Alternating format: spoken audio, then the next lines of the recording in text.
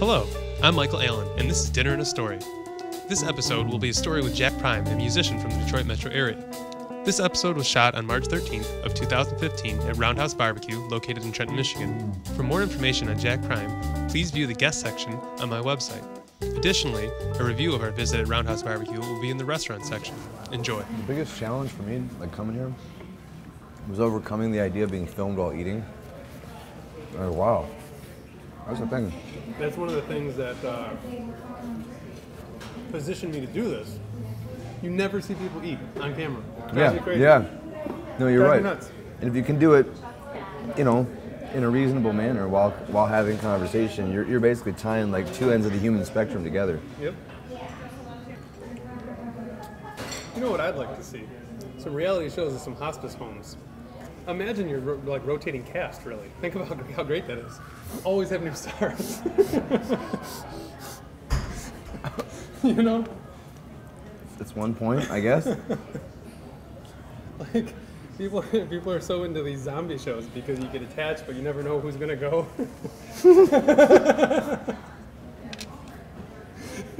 Think about the hospice show, right? Uncle Fred died last week, man. It's sad. Your Uncle The Fred? viewers at home, I love Fred. Oh. Right. Nobody had a Vietnam flashback like him. Do you know about how I got into punk music and stuff? How you got into it? Yeah, No. originally. Not at all. So, for lots and lots of reasons that people get depressed for, I was really depressed as an early teen. Mm-hmm. And my mom sent me to therapy and stuff like that. It had no effect. I'd been raised really Catholic, really believed in it deeply, went to confession regularly, shit like that. And then I learned about the Crusades and stuff like that when I was 14. And among a lot of things in my personal life, I distanced myself from religion as a means to meaning, I guess, right? Right. And I got into rock and roll music, but Nirvana, Smashing Pumpkins, stuff like that. That was on the radio, Soundgarden. Radiohead, right? Yeah, oh yeah, Radiohead but they came a little later. They were kind of after punk in a way. That was the sort of new story in my life. But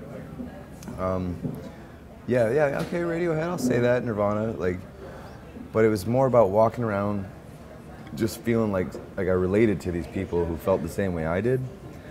It never seemed like a way to solve any problems or anything, And it never seemed like something I would want to do with my own life. But then I heard Social Distortion, and when I heard their song "Don't Drag Me Down," and I heard the drums and the bass come in for the first time, it shocked me. That actually really shocked my sensibilities, just the music. And then when he started singing the lyrics, I caught just a little bit of what he was saying, and it was really the first time I heard a socio-political song knowingly in my life, and I obsessed over it, and the thought that you could write a song and try to say something and make the world a better place and have people hear you and change the way they think, that just amazed me. And that, in a way, that was my pure conception of it, but in the reality of what punk rock was and what the whole music scene can be was not necessarily that. That was just a small fraction of it, but that's why I did it. So,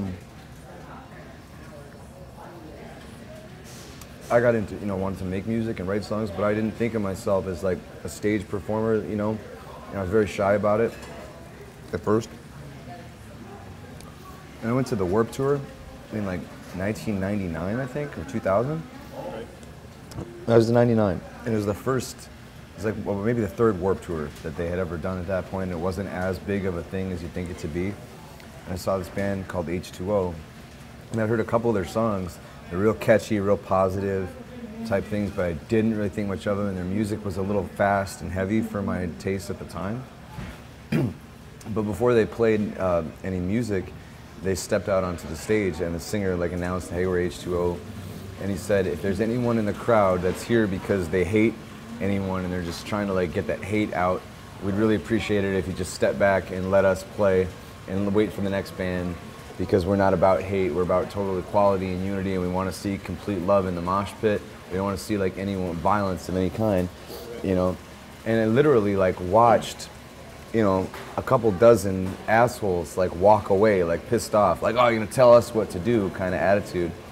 And the band like stood on stage and watched these guys walk away and waited like in silence. And then when they gave it him and he said, all right, now let's do this, we're H2O. Bam, into the first song. And that inspired me to jump into the mosh pit. This is the first time I was in a mosh pit like kind of happily. And like every time I'd fall down, somebody's grabbing me and picking me up. I never hit the ground. And I'm grabbing this guy and that guy, and it's just, and people are singing along. That's what I fell in love with. Yeah. That's me, man, all the time. Yeah. I have a scar right above my eye from you, from your head. I would imagine. Like I lived for that. As a teen, that was my thing, man. Like I lived for that experience of knock someone down and helping them up, feeling the music beyond belief. Yeah. It was a true sacred spiritual experience, you know, a human experience. Right. And every level, immediate, you know. But that gets corrupted. But that's the moment when I knew this is what I want to do with my life. I want to create moments like this for other people. I want to share moments like this with people, you know. And I believed in myself, whether naively or not, enough to do that and dedicate my life to it. So I was already in the band Shaded Gray at that time, but it took us almost a year, I think, before we played a show of jamming in basements and garages and whatnot. And our first show is the story I want to talk about, really. You remember it was called, the company was called ROR. They were a mass production company that would put on these Battle of the Bands type events. And they were really trying to promote themselves and make money more than they really cared about any kind of art scene at all. And it's a really weird first show to have because I've played so many now, and I know different types of shows, different types of ways people behave. Even, you know, this event right now, like the professionalism involved, and they were just really crappy about that. They had a given set of amps and drums on the stage that was supposed to be for every band, but if certain bands that had brought enough people and had enough clout were allowed to set up their own stuff, taking extra time and pushing other bands later, making them play later. But when you got to the show, nobody knew when they were going on, so you couldn't call anyone. This is before we had Facebook and texting on our phones, so we could tell people. I think pagers was like the pinnacle of technology at that time. Okay, so nobody knew when we were going to play. That was the thing. And we actually had about 45 people, which is one of the largest numbers I've ever had since, even in that same band, ever come out to see us, because it's our first show. A lot of people were excited about it. And we were guaranteed, I think, like a 40-minute set or something to that effect. We had, I think, a 10-song set list we were planning on playing that we'd worked hard for a long time to play. When they drew straws, or however they did things, they decided we were going to play, and I think it was 10 o'clock at night. And even though it's kind of late, it's like, okay, whatever. But as I said, like, they kept allowing other people to play longer, to use their own equipment, things that just pushed the time frame back. We didn't get on until almost midnight. And there were 3 more bands, I think, after us. So they wanted us to rush our set, and we got up there, and we had, you know, it was our first show, and every time a band plays their first show, as I've done many now, there's always some kind of weird hang-ups and crazy things that happen that you have to deal with.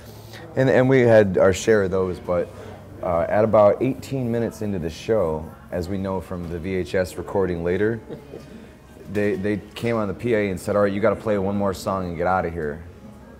And they're just like, man.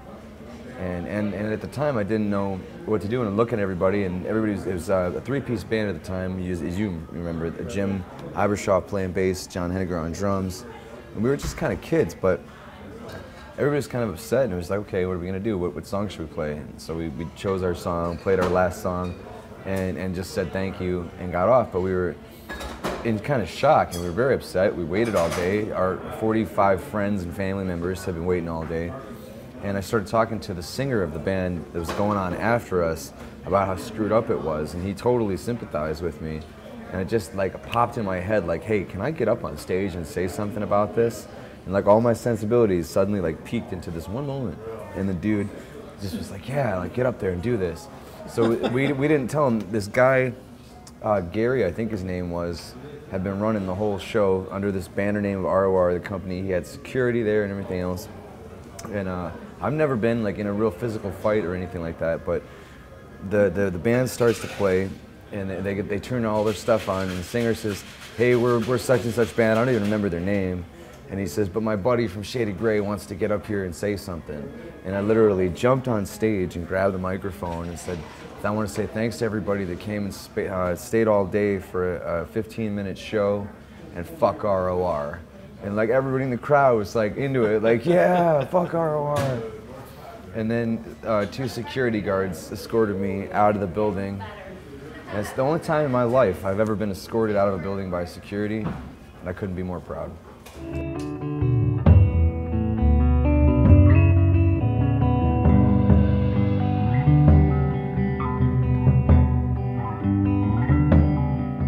Did he say fifth wall?